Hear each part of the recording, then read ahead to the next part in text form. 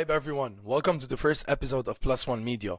My name is Jean Tawil, and in this episode we're gonna dive into the presidential campaign that happened between Kamala Harris, Donald Trump, Joe Biden, and their handlers. Now, why I want to talk about this campaign? I want to set a context and a base for that podcast and for everybody out there listening or watching to help you understand why Donald Trump became president, how he became president, because for the next 4 years, all the news that we will be talking about in that podcast will be based on those events that happened in 2024.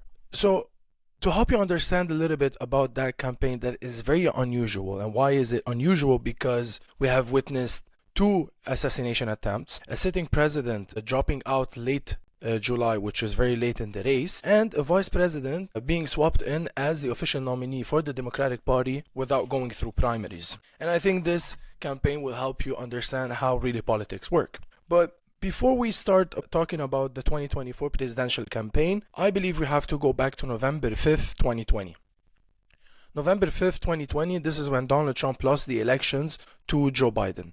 Now, Donald Trump does not believe that he lost the elections to Joe Biden because he believes that Joe Biden stole those elections. Now, we do not have a lot of evidence to back up these claims, but we do have some numbers that raises some questions. And I have the numbers in front of me, and I'll tell you about it. So usually, when a presidential campaign happens in the United States, there's something called the voter turnout. The voter turnout is the number of people that go out and vote. Usually, that number is between 130 to 135 million people. And the numbers that I have in front of me are that in 2008, when Obama, who is the most famous president in the United States, 131 million people voted. 2012, which was his re-election, 129 million voted. 2016, which was Donald Trump and Hillary Clinton, 137 million voters. 2020, 153 million voters. Now that number exponentially got bigger. But this is not the only reason that you might be skeptical of the results. Why? Because I have another number for you. So 58% of Joe Biden's votes in 2020, 58%, which is more than a half, were mail-in ballots. Now, what's mail-in ballots?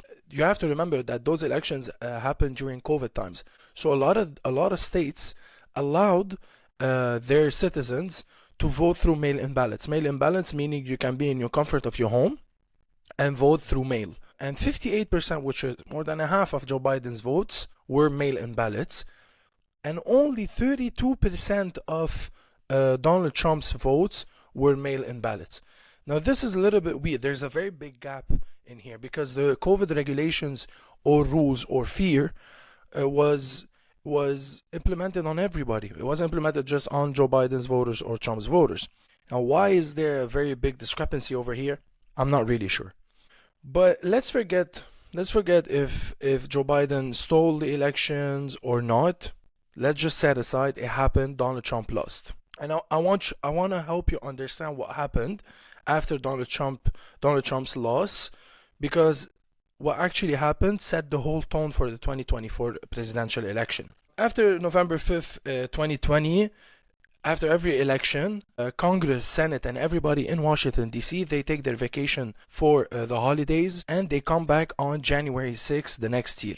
So Congress and Senate and everybody in Washington, D.C. comes back on January 6th, 2021 to certify the results of the elections, to certify that Joe Biden became the new president of the United States. Now, Donald Trump, on the same day, held a rally in Washington, D.C. contesting these results. He was still a president. Joe Biden would not be a new president before January 20th. So anything that happened before January 20th, Donald Trump was a president. So Donald Trump held a rally in Washington, D.C. with his supporters contesting those results. And that rally turned into a riot. Some of his protesters stormed the Capitol to stop the Senate and the Congress to stop them certifying those results. Now, that riot led to the killing of one of the protesters by a Capitol police. And that day turned a very dark day for the American people or American history. And the mainstream media always uses it against Donald Trump because they claim that Donald Trump was inciting violence and was encouraging his protesters to use violence. Even though in his tweets he said protest peacefully and respectfully. After January 6th, what happened is that Twitter bans Donald Trump's account or suspends Donald Trump's account on Twitter, and that was a huge violation of freedom of speech, especially for a sitting president. And you have to understand, the Americans, their top one priority is freedom of speech. It's their First Amendment. So I think that event sparked a lot of anger in the American people. If you want to move on from I'm going to give you all the dates and everything that happened through that election, and I'm going to go and I'm going to put them in a timeline. So let me give you this. Okay, so after January 8th, Donald Trump's account got suspended. After that comes January 13th. January 13th, this is when the impeachment happened. So a lot of you hear that Donald Trump got impeached, but you don't really know what's impeachment. So impeachment is when the Congress brings in front of the Senate enough evidence against the United States president. It's not just the United States president, it's any president. It happened in South Korea a week ago when the South Korean president implemented martial law. He got impeached after that. And it's not the first time that it happens in American history also. It happened during Clinton's term. Bill Clinton and Donald Trump are one. I'm not sure if they are the only or few of the president, or they are just part of few of the presidents that got impeached. But Donald Trump got impeached, and it's for the Senate to decide if Donald Trump is guilty or not. So the Congress just brings evidence in front of the Senate, and the Senate decides. And in both cases, in Clinton's case and in Donald Trump's case, both of them were found not guilty. So after January 20th after January 13th comes January 20th. January 20th is the inauguration day. This is when Joe Biden and his party, they come to Washington, D.C.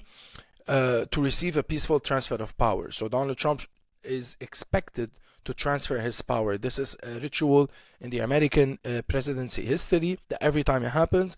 But that time, Donald Trump did not show up. He did not come to the presidential inauguration. Hence, there was no peaceful transfer of power. Mike Pence, his vice president, was there. George Bush, who was the previous Republican president, was there, but Donald Trump was not. So after January 20th, Joe Biden becomes the president, and we start seeing decline in foreign policy or foreign status of the United States and also the economy. A lot of events happened, but I'm going to state a few ones that happened that sparked, I believe, Donald Trump's decision to rerun for the 2024 presidential election. So the first event I believe that happened, we have to go to August 2021. So 7 months after the inauguration day. On August 2021, this is when the United States Army withdraw from their Afghanistan bases. So it was a disgrace. Why? Not because they withdrew, but because the way that the withdrawal happened, it was very badly managed.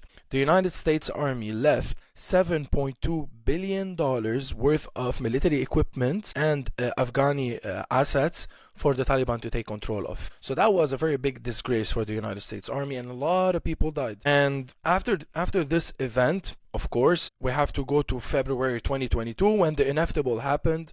Putin marches towards Ukraine. So Putin invades Ukraine under Biden administration.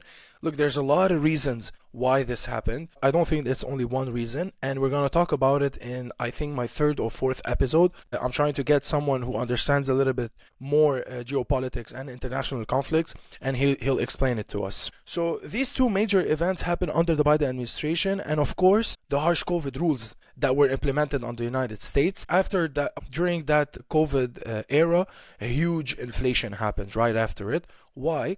Because there was an initiative by the Biden administration called the Stimulus Check Initiative. So this is where the Biden administration dispersed $1.9 trillion for the American people to help them go through these hard COVID times, and also for anybody who lost their jobs to be able to have a stable income. But in parallel also, we had the Federal Reserves, or what we call them the Feds, led by Jerome Powell, dropping the rates near 0% and made it basically free for people or businesses to borrow money. So when these two initiatives happened, the valuation of the American dollar went down. And also, we had the incident that happened in the Suez Canal, when you remember the boat that got stuck. We also had the pirates in Somalia stopping any cargoes going by. So it was hard for Americans to receive products. So I believe all these events that happened led up later on, after the end of 2020, 2021, when COVID started being diluted, let's say, and businesses were opening back again. Jerome Powell and the government I believe, did not communicate, because Jerome Powell and the Feds started rising back up the rates. But at the same time, the businesses, when they start opening back up, they had to increase their prices because the rates are higher. And what they didn't do is that increase the salaries or the minimum wage of the people, because people would come back to work. Prices are way higher. Yes, they do have some money, but it's not a stable and income. So I believe if both parties were in communication, where the government increased maybe the minimum salary and the Feds increasing the rates, they could have maybe prevented a inflation.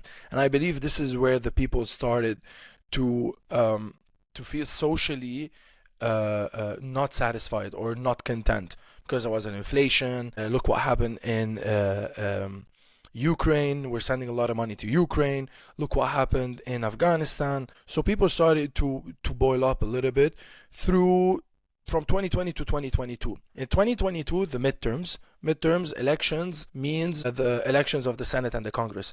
So every 4 years there's an election for the president. Every 2 years there's an election for Congress and Senate. And Donald Trump, November 15th, 2022, decides to go back as a presidential candidate for the 2024 election. And he announces that in his West Palm Beach residence in Mar-a-Lago, Florida. So after Trump announced that he's running for the presidential elections in 2024, he faced the all might of the DOJ. DOJ is Department of Justice. This is where, you guys remember that we saw Donald Trump going in and out of courts. I mean, it was crazy. We didn't even know what were the lawsuits that were hitting him. Some of them stick, some of them did not. So I have a list of all the lawsuits that are currently being investigated.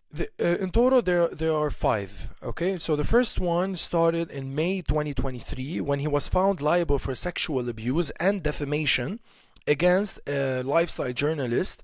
Her name was E. Jean Carroll. She claimed that Donald Trump assaulted her in the 90s. The first claim was made in 2019, roughly 30 years later. How convenient it is, right? 30 years later, in 2019 was the presidential election, or the presidential campaign for the 2020 election. And the case is not closed yet, so there's not a verdict yet. The next case was also launched in 2019 by the Attorney General of New York, Letitia James. So she was claiming that Trump Organization, meaning Donald Trump, his kids, they inflated their assets worth to get bigger loans. So I'm going to give you an example. Let's say you have a building. The building is worth $60 million. You go to the bank. You are a reliable person. You go to the bank. You tell them, well, my building is worth $100 million. You inflate your assets to get better loans. Every businessman does it. Every businessman or businesswoman does it. And this is what Kevin O'Leary had to say about it. I don't think this case is about Trump anymore at all. Because you heard the governor of New York come out yesterday and say, look, everybody, don't be scared about doing business in New York, because the only people we prosecute are people like Donald Trump who don't behave well. That didn't go over very well with the investment community, because we're all asking each other, who's next? This was a victimless crime. Nobody lost any money. And a judge out of nowhere put on a $355 million penalty. I mean, who's next? So if you think Kevin, about I don't want to cut you off, but I hear about the so-called victimless crimes, but the laws on the books, falsification of business records in second degree, issuing false financial statements, insurance fraud, conspiracy, and all these different aspects of it, those are actual crimes. I take it your point is that these should not have been prosecuted? Well, my point is there's never been a case like this in 75 years. Everything you just listed off is done by every real estate developer everywhere on earth in every city. This has never, ever been prosecuted. But here's the real point that people in New York should concern themselves with. You can put your money anywhere. I'm a real estate developer. Do you think there's a chance I would ever take a chance on New York again? New York is turning itself into a flyover state. So the current status of that lawsuit is under appeal, so we still do not have a verdict. The third case is the hush money case. So that started in March 2023 when he was found guilty of paying off a porn star for silence to avoid a scandal in 2016 election. Something I'm sure that no Democrat have done before. Right, Bill Clinton? And after that, we gotta move on to two cases. So these two cases are related. Why they're related? Because it's the same lawyer, or we call him the special counsel, that was leading those cases. One case was the federal classified documents. This is where Donald Trump was found that he had federal files and classified files in his residency in Mar-a-Lago. Now you have to understand, every president, after they leave the White House, they're allowed to take federal classified folders or files. And in June 2023, Jack Smith and the DOJ sued Donald Trump for these files, but after Trump's win in 2024, the case got dropped on November 25th, 2024. It got dropped by Jack Smith. The second case that was dropped by Jack Smith was the federal election interference case, aka January 6th. So also January 6th, that day, Donald Trump got sued over what happened on that day by two parties. The first one is the state of Georgia, and the second one was federally, so the government sued him. And who was leading the government or the federal case was also Jack Smith. And they also dropped that case after Donald Trump won. And the last case which is the Georgia case, it's not dropped yet, but I believe it will be dropped because Donald Trump now has presidential immunity. But I'm not sure. Last week, I believe the state of Georgia gave a comment saying that they're not sure if they want to drop or not. So that we should keep an eye on. So moving on from all the cases and everything that happened, and this is where we realize that all these cases that rained down on him, they were very well structured and maneuvered in a timely manner to disrupt his flow, his campaign flow, or his presidency, or his presidential campaign or presidential election flow or momentum. So I won't want to fast forward to forget. So this is everything to give you context. This is everything to tell you that, okay, this is what Donald Trump faced. This is what the American people faced. So I want to fast forward to June 27th when the debate between Donald Trump and Joe Biden take place in the CNN studios. Now you have to understand something. Usually debates, presidential debates, happen in September or October. June 27th is a very early date. That's one. Two, there's something or a small organization or an NGO called Commission on Presidential Debate. I talked about it on my Instagram account. You could go and check the video. That NGO, they organize usually those debates, the location, the date, the questions, all that. In that year, in 2024 presidential election, both parties agreed that they didn't want to use the Commission on Presidential Debate. They didn't want them to schedule those debates. CNN, ABC News, and all these mainstream media, they were scheduling and managing those debates. So that's two red flags. Very early, and it's not the Commission on Presidential Debates that was managing those debates. So, okay, that debate happens, and we see how bad it went for Joe Biden. So after the end of that debate, we had two different conclusions. It's either it was a genuine move from the Democratic Party to prove to the American people that Joe Biden is able to debate and Joe Biden is still sharp and he has a sharp mind and he can lead the country, because that's what they were claiming all the time on mainstream media, but it failed. Or it was a ruse from the Democratic Party to get rid of Joe Biden and swap Kamala Harris in. And why they want to do that, and because they couldn't just go on an expose, because Joe Biden actually dropped the race through an expose. They couldn't just go through an expose and say that Joe Biden is going to drop the presidential debate without giving explanations, right? They need to give a reason or an explanation to the American people, because they were pushing him and they were saying that Joe Biden is smart, he has a sharp mind, he's a leader. We all remember Kamala Harris said that this is the first time I see Joe Biden as sharp as this, something along those lines. So I believe that debate was just put there as a ruse from the Democratic Party to give the American people a reason on why Joe Biden will drop the race. That's on June 27th. So after June 27th, we have to move forward to July 13th. July 13th, it's the first assassination attempt on the current president, Donald Trump. It happened in Pennsylvania, Butler, Pennsylvania, during a rally. And the shooter's name is Thomas Crooks. He got shot and killed by the Secret Service sniper team after he shot 8 rounds, and one of those rounds, or one of those bullets, grazed Donald Trump's ear, but the others injured and killed one civilian in the crowd. So after that event, the Secret Service Director Kimberly Cheeto resigned from her position. And by the way, we know more about the shooter from the United Healthcare CEO in New York than about the shooter in Donald Trump's case, which is a little bit weird. So moving on, 2 days later, July 15th, when Donald Trump accepts the nomination for the Republican Party, from the Republican Party, as their presidential candidate, the whole RNC happens. After the RNC, 6 days later, and after the huge support for Donald Trump after the assassination attempt, and also after the fight scene and all that, Biden drops out on July 21st. On July 21st, Biden drops out through an X post. Look, after that debate that Joe Biden did in June 27th, everybody knew that he was going to drop out. We didn't know when. And it was, I don't know how I say it in English, بس كانت الضربة الحاسمة when the assassination attempt happened. So it was a blow, or the straw that broke the camel's back when the assassination happened, because this is where Joe Biden and his team realized that, okay, we do not have any chance anymore, because look what happened. A huge support went to Donald Trump, or leaned into Donald Trump's side. So after July 21st, when Joe Biden drops through an X post, which is very, very weird. Usually any presidential candidate, if they want to drop out, they drop out on television, or they come out, they say a couple of words, some political stuff, and then they recommend or embrace another candidate. Then who comes in? Kamala Harris comes in. She gets swapped in without primaries. You have to understand what's primaries. Primaries is a debate that happens between, not one debate, a couple of debates that happen between it happens within the same party. So it happens between the Democrats or between the Republicans, and whoever wins those debates, they become the official nominee. But Kamala Harris did not go through all these debates, and also Donald Trump did not go through these debates, because he didn't go through because the Republican Party already wanted him, but debates happened.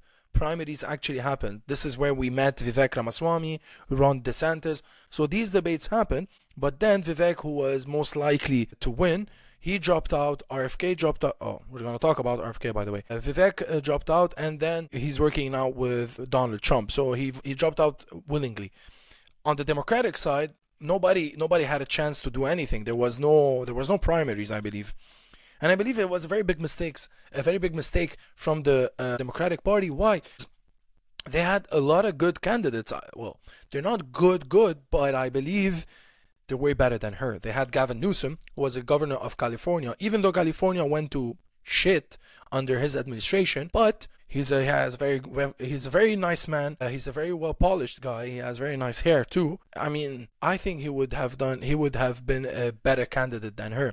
There's Shapiro from New York. There's Bernie Sanders also. So they didn't give these guys a chance. But sometimes I wonder if they did it on purpose to throw her under the bus, honestly. So I spoke with someone about it last time, and they were telling me, I believe they put her as a candidate to throw her under the bus and turn the page. That's what she always says, and turn the page on the Biden administration, because they knew that they didn't have any chance they didn't have any chance to win against Donald Trump. Okay, I think I dwell a lot into every detail or every event. I'm gonna move forward just a little bit. So after she gets into the presidency or the candidacy seat, we see how bad she is in front of the cameras, right? She started using different accents in front of different crowds. She said a lot of stuff that you shouldn't say in front of the cameras, and I don't think she was trained enough. I don't think she was media trained enough, because she was an attorney general in California, and I don't believe that she was in front of the cameras all the time. So she wasn't very comfortable. She wasn't genuine. It felt that she was just acting. Well, Donald Trump, he didn't need to act. One, because he loved cameras. Two, because he knows how to handle the press. Three, he's a billionaire. He's used to conflicts. He's not afraid of conflicts. So after she got in, we see her saying a lot of stuff like on The View, that's a program. She said, they asked her, what do you think you would change? You would do something different than the Biden's administration or when Joe Biden was president. And she said, well, I don't think I'll change anything. You can't say that when you have open borders, you have a huge inflation, everybody in the country hate Joe Biden. You can't just say that. Anyway, she says it. Moving forward, we have August 19th. This is when the DNC happened, the Democratic National Convention. It costed $145 million. The RNC costed $135 million. And a fun fact, by the way, the federal government give to every national convention $50 million for security. Imagine $50 million for every convention for security. The DNC was great. Honestly, I believe it was very nice DNC. Obamas came in, the Bidens came in, the Clintons came in. They all gave very, very great speeches. Everybody was saying that the Democrats have their shit together. We all believe in Kamala Harris. This is where she accepts the nomination, by the way. She's great, all that. There's bright future. Oh, and also Kamala Harris chose Tim Walz as vice president. And Tim Walz being chosen as vice president, I mean, it wasn't the smartest idea. Why? Because you have Tim Walz being called by Donald Trump and J.D. Vance on his lies. So he lied a couple of times. He said that he went through war, but in his records it doesn't say that he's been through war. He said that he was in the 1989 Hong Kong massacre. He wasn't there. He was there after 6 or 7 months. And also the Democratic Party, they admitted to that. So after the DNC happens, so you have to understand something, and this is where it gets interesting. So Donald Trump, we all know that he's a deal maker, right? He's not a politician. So what he saw that, okay, the DNC is going to cost $145 million. It looks like they have a lot of good speakers. That's before the DNC. There's a lot of good speakers. It's happening in Chicago, and it will take over. It will take over the press. Everybody will start talking about the DNC. So what he decides to do, I'm not sure if everybody sees it the way I see it, but how I saw it is that on August 12th, so a week before the before the DNC, he holds an interview with Elon Musk on X for 3 hours. That blew the internet. It blew up the internet. They got around 100 million views. Imagine. They got around 100 million views. So everybody was talking about that interview because it was the first time you were able to sit down with a presidential candidate for 3 hours and talk about everything, literally everything. It's not like it wasn't Elon Musk was asking a question and Donald Trump answering. It wasn't an interview. It was a discussion for 3 hours. So that blew the internet. DNC happens after what everybody was talking about X space that happened between Donald Trump and Elon Musk. DNC happens. The DNC happens between August 19th to August 22nd. And then on August 23rd, I believe this is one of the smartest moves that happened during that campaign. Donald Trump announces that RFK is dropping out of the race and joining him. That honestly discounted everything that happened at the DNC. Everybody in the press and everybody on social media, and the general feeling was that, okay, finally the Democratic Party have their shit together. We're happy. She seems okay, blah blah blah.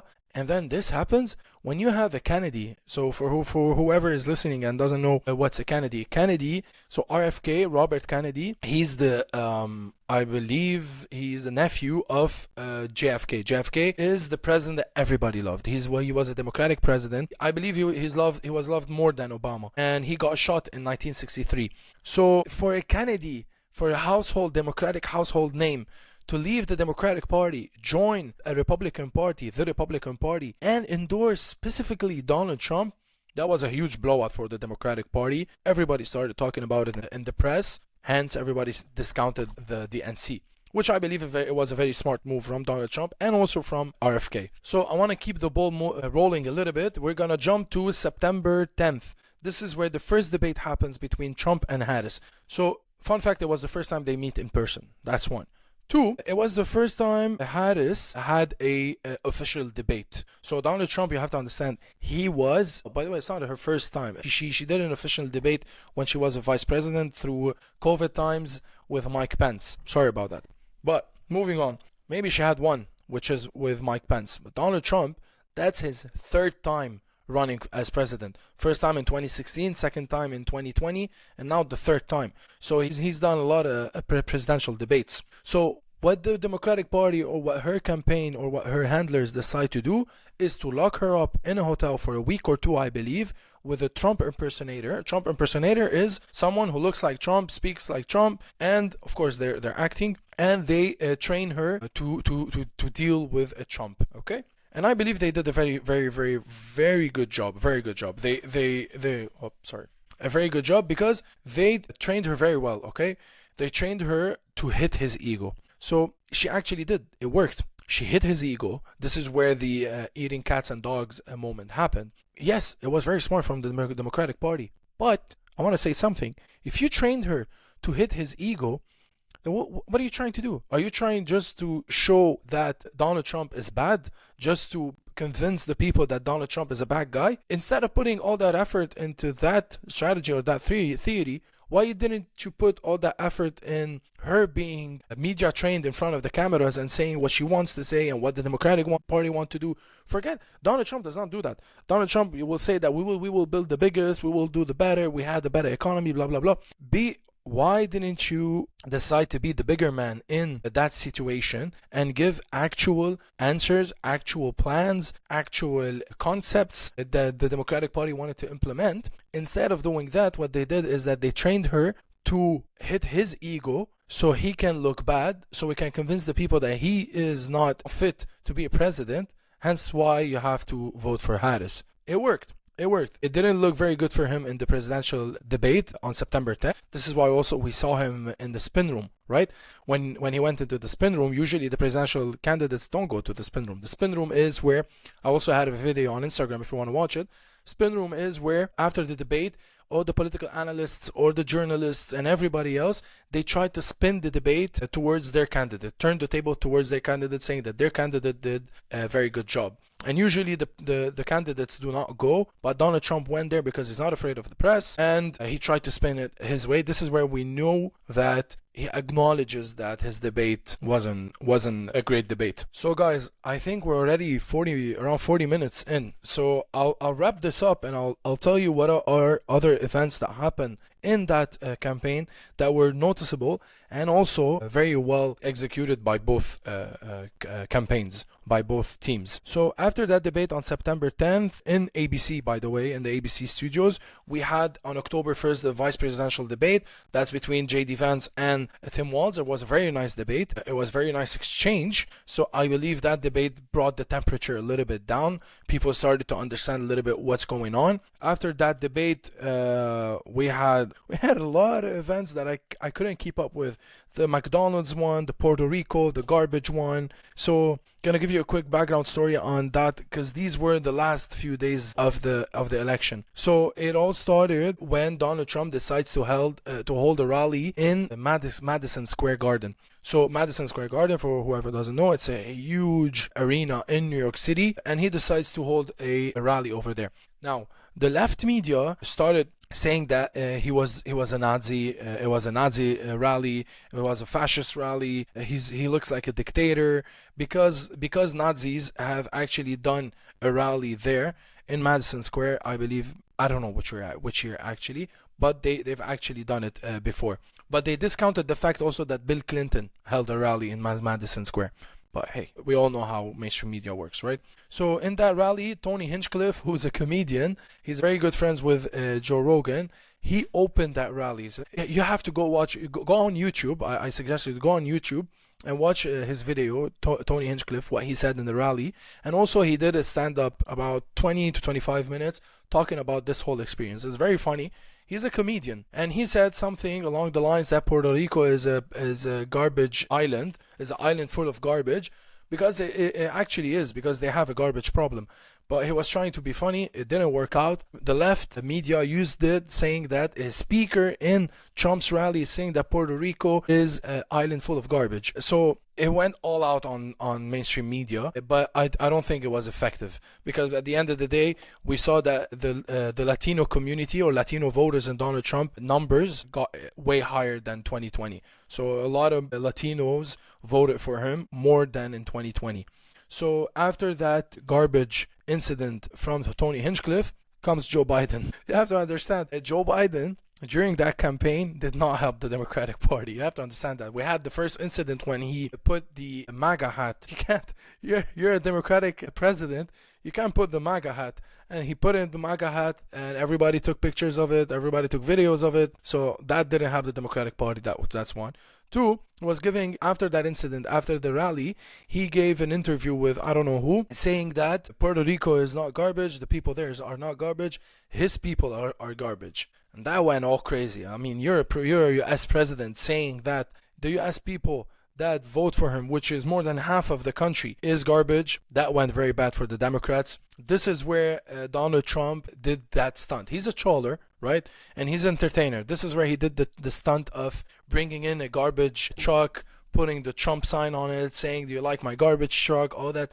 So it was a troll. It was a troll. It didn't amount to anything, but it's something that we've never seen in a presidential campaign before. We have also the McDonald's stunt. McDonald's stunt, for whoever doesn't know, is that Kamala Harris, what she did, she said that she always say that she was raised in a middle class family and she worked at McDonald's. Well, the Trump team, you have to understand, when you reach that level of politics, when you reach a level of presidency, whatever you say, or not presidency, I mean candidacy, whatever you say, people are gonna check it. Okay, people are gonna check it, and if you're lying, they're gonna call you on it because it's beneficial for them.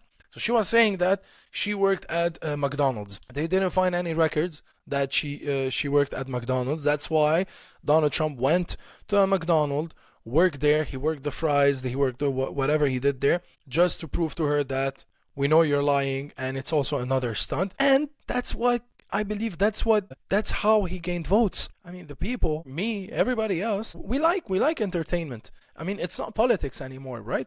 It's politics maybe behind closed doors, but in front of the people on social media, you can't not entertain, right? You can't implement the same strategies that were implemented in, let's say, in 2000's campaign. The same thing, you can't implement those strategies in the 2024 campaign because there's social media people, there's TikTok, people are used to scroll up, and also people are tired of whatever politicians are saying because they're saying the same thing all over again. So Donald Trump, he wanted to entertain them. So that's also an event that happened. So these are the main events that happened, I believe, that actually shaped the whole campaign. I'm not sure if I missed something. If I missed something, say it in the comments. By the way, you're open to say whatever you want to say in my comments, YouTube, Instagram, whatever you want to say it.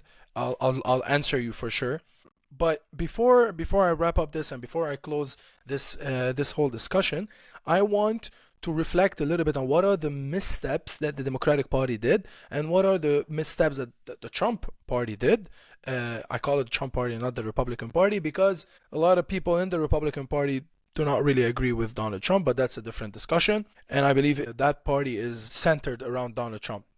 I'm not saying it's a bad thing, it's different. So I want to reflect on those events and on those strategies. So the strategy that the Trump campaign or the Trump team did, one of those strategies that is very noticeable is the podcast strategy. So since mainstream media was against him, right, and all the interviews that they were giving him weren't interviews that gave him fair timing or fair questions or a fair point of views, let's say, he wanted to use a different medium, and that different medium was podcast. And we saw what happened 2 days ago on December 14th, I believe. We saw what happened. ABC News accepts to pay Donald Trump $15 million.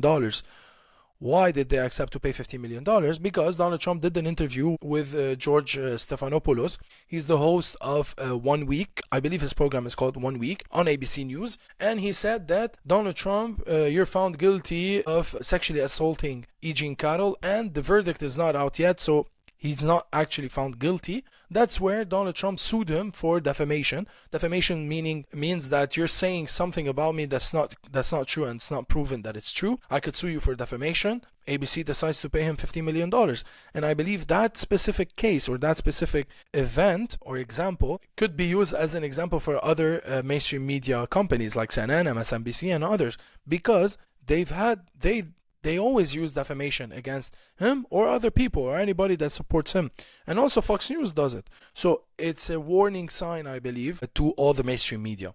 So the strategy that the Trump campaign and Trump team use is a podcast, because they saw that, okay, Donald Trump could go out there, speak as many hours as he wanted. That's one. Two, say whatever he wanted. Three, not a lot of pushback was coming his way during those interviews. A little bit of hard questions, but not a lot of pushback. But we didn't really care about pushback. We really cared about him sitting down for 3 hours and talking with Joe Rogan, Patrick Bet-David, Theo Vaughn, all these guys. And also, he had a very, very good VP. I believe J.D. Vance is a very good VP, and I believe he might be the next president or the next candidate for the presidency. The misstep that the Democratic Party did is that they didn't use podcasts. I don't know why.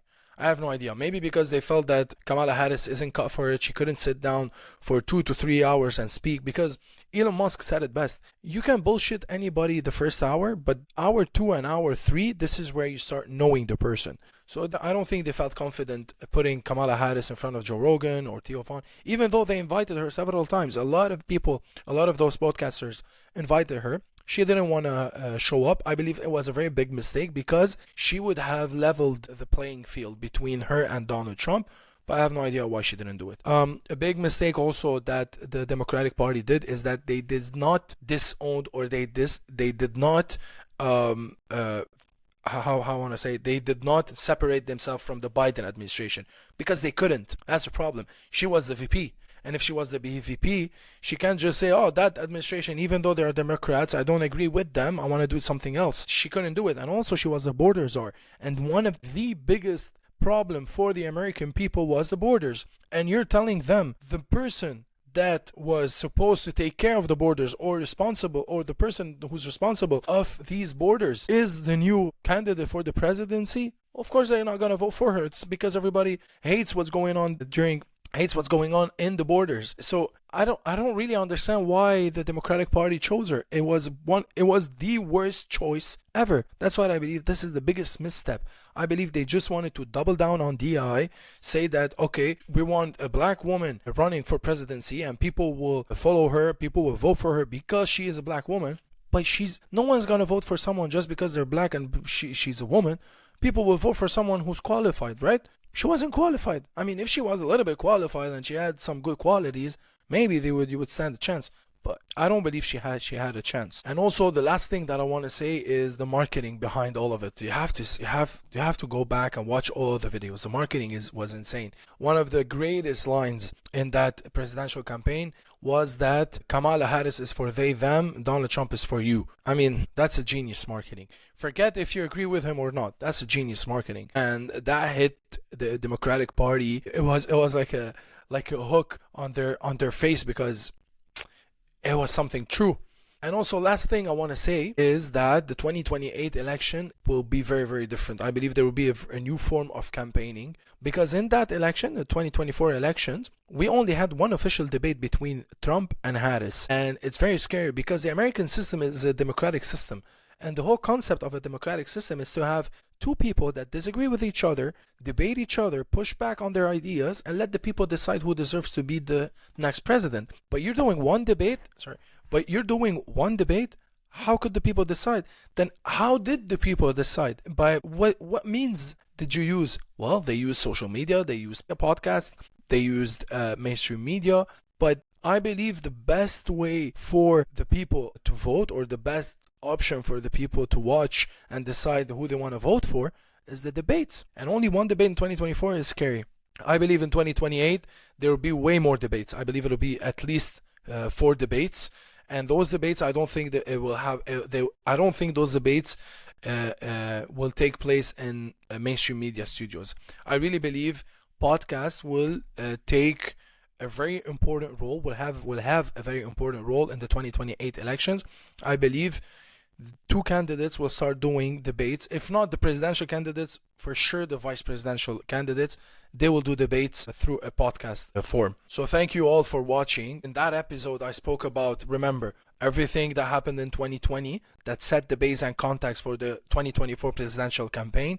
We spoke about the 2024 presidential campaign, and these are all the events that led up to Donald Trump becoming the new president of the United States. And in that podcast, we're going to talk about everything that will happen later, everything that will happen in the next 4 years. What could we expect? What are the events that we're looking for? What are the decisions that we're looking for? Stay tuned. Thank you all for listening, and see you in the next one.